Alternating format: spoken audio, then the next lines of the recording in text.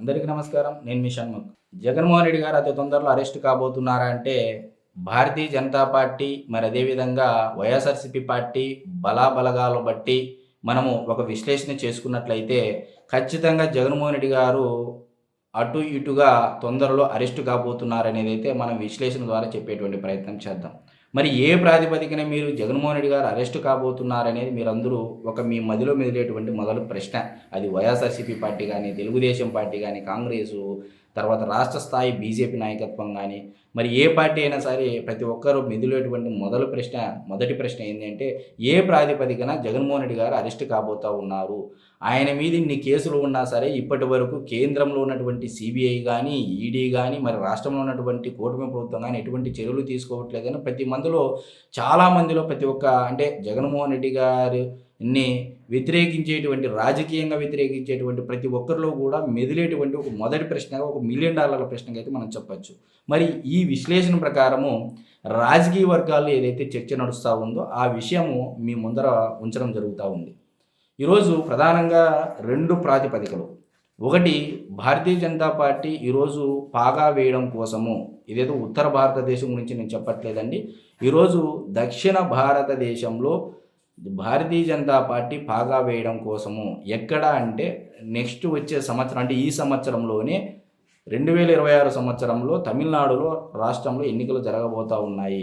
ఈ పరిస్థితుల్లో తమిళనాడులో పాగా వేయడం కోసము అవినీతి పరులు ఎవరైతే ఉన్నారో, అధికారాన్ని అడ్డం పెట్టుకొని అవినీతి అరాచకాలు ఎవరైతే చేశారో వాళ్ళ అరెస్ట్ ద్వారా దక్షిణ భారతదేశంలో ఉన్నటువంటి అన్ని రాష్ట్రాలకు ఒక క్లియర్ మెసేజ్ పంపాలనే ఉద్దేశం భారతీయ జనతా పార్టీకి ఉంది అనేది అయితే ఖచ్చితంగా మనం చెప్పచ్చు. గత కొంతకాలంగా భారతీయ జనతా పార్టీ చేసేటువంటి వ్యూహాల పరంగా, వాళ్ళు వేసేటువంటి ఎత్తుల పరంగా మనం చూసినట్లయితే ఖచ్చితంగా భారతీయ జనతా పార్టీ ఒక మాజీ ముఖ్యమంత్రిని అరెస్ట్ చేసి దీని ద్వారా దక్షిణ భారతదేశంలో ఉన్నటువంటి అన్ని రాష్ట్రాలకు ఒక మెసేజ్ క్లియర్గా పంపించాలి, మేము అవినీతి పరులను ఎంకరేజ్ చేయము అని చెప్పేసి భారతీయ జనతా పార్టీ ఒక ఆలోచన చేసింది వారి యొక్క అంతర్గత మీటింగ్లు అని చెప్పేసి రాజకీయ వర్గాల్లో చర్చ నడుస్తూ ఉంది.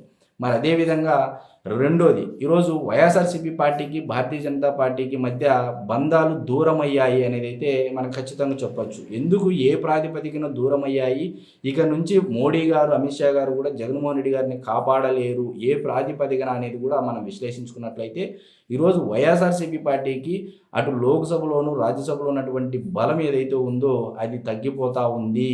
మీరు గమనించినట్లయితే గతంలోనే రాజ్యసభ సభ్యత్వానికి మోపిదేవి వెంకటరమణ గారు రాజ్యసభ సభ్యత్వానికి రిజైన్ పెట్టడం జరిగింది. ఆ పార్టీ కూడా రిజైన్ చేసి రాజకీయాలకు దూరంగా వెళ్ళడం జరిగింది. మరి ఆర్ కృష్ణయ్య గారు కూడా రాజ్యసభ సభ్యత్వం వెనక్కి తీసుకోవడం జరిగింది. ఆయన కూడా రాజకీయాలకు దూరంగా జరగడం జరిగింది. మరి ఇంకో ఎంపీ అయినటువంటి విజయసాయి రెడ్డి గారు కూడా రాజకీయాలకు ఆ పార్టీకి సభ్యత్వానికి రిజైన్ చేసి ఆయన కూడా దూరంగా వెళ్ళిపోవడం జరిగింది. మరి ఈరోజు 11 మంది సభ్యుల బలం అంటే రాజ్యసభ, లోక్సభలో ఉన్నటువంటి వైఎస్ఆర్సీపీ పార్టీ బలము రాబోయే రోజుల్లో చాలా తగ్గిపోతున్నటువంటి నేపథ్యంలో ఇక వైఎస్ఆర్సీపీ పార్టీతో మనకు రాజకీయంగా ఎటువంటి ఉపయోగం లేదు, లాభము లేదనే ఒక అంచనాకు భారతీయ జనతా పార్టీ యొక్క కేంద్ర అంటే ముఖ్యమైనటువంటి నాయకుల సమావేశంలో ఒక చర్చ నడిచిందని చెప్పేసి ఈరోజు రాజకీయ వర్గాల్లో ఏదైతే చర్చ నడుస్తూ ఉందో అది మీ ముందుకు తెలపడం జరిగింది. సో ఇప్పుడు ఈ 2 ప్రాతిపదికలన ఒకవైపు జగన్మోహన్ రెడ్డి గారిని అరెస్ట్ చేస్తే ఈరోజు దేశంలో ఒక క్లియర్ మెసేజ్ వెళుతుంది అన్ని రాష్ట్రాలకు. రాబోయే సంవత్సరంలో కానీ ఈ సంవత్సరంలో కానీ ఏ రాష్ట్రంలో అయితే ఎన్నికలు జరగనున్నాయో ఆయా రాష్ట్రాల్లో భారతీయ జనతా పార్టీ జగన్మోహన్ రెడ్డి గారిని అరెస్ట్ చేపించి ఖచ్చితంగా ఒక క్లియర్ మెసేజ్ పంపనుంది దేశంలో ఉన్నటువంటి అన్ని రాష్ట్రాల్లో ఉన్నటువంటి అన్ని రాజకీయ పార్టీలకు అనేది అయితే మనకు స్పష్టంగా తెలుస్తూ ఉంది. మరి ఇది నిజం కానుందా లేదా అంటే మనమైతే ఖచ్చితంగా వేచి చూడాల్సినటువంటి పరిస్థితి. మరి ఇదంతా చంద్రబాబు నాయుడు గారు కుట్రేనా అని చెప్పేసి ఈ వీడియో చూస్తున్నటువంటి చాలామంది మేధావులు కూడా ఒక ప్రశ్న రావడం జరుగుతుంది.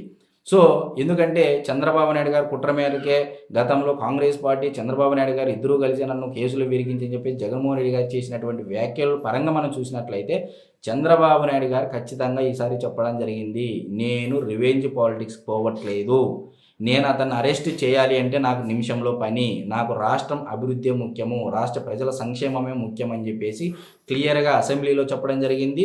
వివిధ సందర్భాలలో వివిధ వేదికలపైన ఆయన ప్రెస్ మీట్లో కూడా చెప్పడం జరిగింది. సో చంద్రబాబు నాయుడు గారు జగన్మోహన్ రెడ్డి గారిని అరెస్ట్ చేయించలేదనేది ఇక్కడ ఆయన చేసినటువంటి వ్యాఖ్యల పరంగా అయితే మనకు స్పష్టంగా తెలుస్తూ ఉంది. ఒకవేళ రాబోయే రోజుల్లో జగన్మోహన్ రెడ్డి గారు అరెస్ట్ అయ్యారు అంటే అది కేంద్రం యొక్క పని అని చెప్పేసి రాజకీయ వర్గాల్లో కూడా చర్చ నడుస్తూ ఉంది. సో కేంద్రము కానీ నరేంద్ర మోడీ గారి ప్రభుత్వము, మరి అమిత్ షా గారు కేంద్ర హోంశాఖ మంత్రులు కూడా ఈరోజు మనకు వైఎస్ఆర్సీపీ పార్టీ పూర్తిగా అవినీతిలో కూరుకుపోయింది. 2004, 2009 మధ్య ఉన్నటువంటి సిబిఐ కేసులు, ఈడీ కేసులు, క్విడ్ ప్రోకో కేసులే ఇప్పటికీ తేలనటువంటి నేపథ్యంలో ఈరోజు వ్యవస్థలపైన నమ్మకం సన్నగిల్లుతుంది అని చెప్పేసి భారతీయ జనతా పార్టీ కూడా భావించినందువల్లే ఈ నిర్ణయం తీసుకుందా అని చెప్పేసి కూడా రాజకీయ వర్గాల్లో చర్చ నడుస్తూ ఉంది. మరి ఈ వైఎస్ఆర్సీపీ పార్టీ అవినీతిలో కూరుకుపోయింది. ఈ పార్టీతో మనము కానీ ఇంకా ఉపేక్షిస్తే భారతీయ జనతా పార్టీనే జగన్మోహన్ రెడ్డి గారిని రక్షిస్తూ ఉంది అనే మెసేజ్ ఇప్పటికే ప్రజల్లో ఆంధ్రప్రదేశ్ ఇటు తెలంగాణ రాష్ట్రంలో దక్షిణ భారతదేశంలో ఉన్నటువంటి అన్ని రాష్ట్రాల్లో కూడా ఒక బలంగా ఉంది. సో మనం ఒక మెసేజ్ పంపకపోతే భారతీయ జనతా పార్టీని దక్షిణ భారతదేశంలో ఆదరించరు అని చెప్పేసి భారతీయ జనతా పార్టీ యొక్క ముఖ్య నాయకత్వము ఒక అభిప్రాయానికి అయితే రావడం జరిగింది.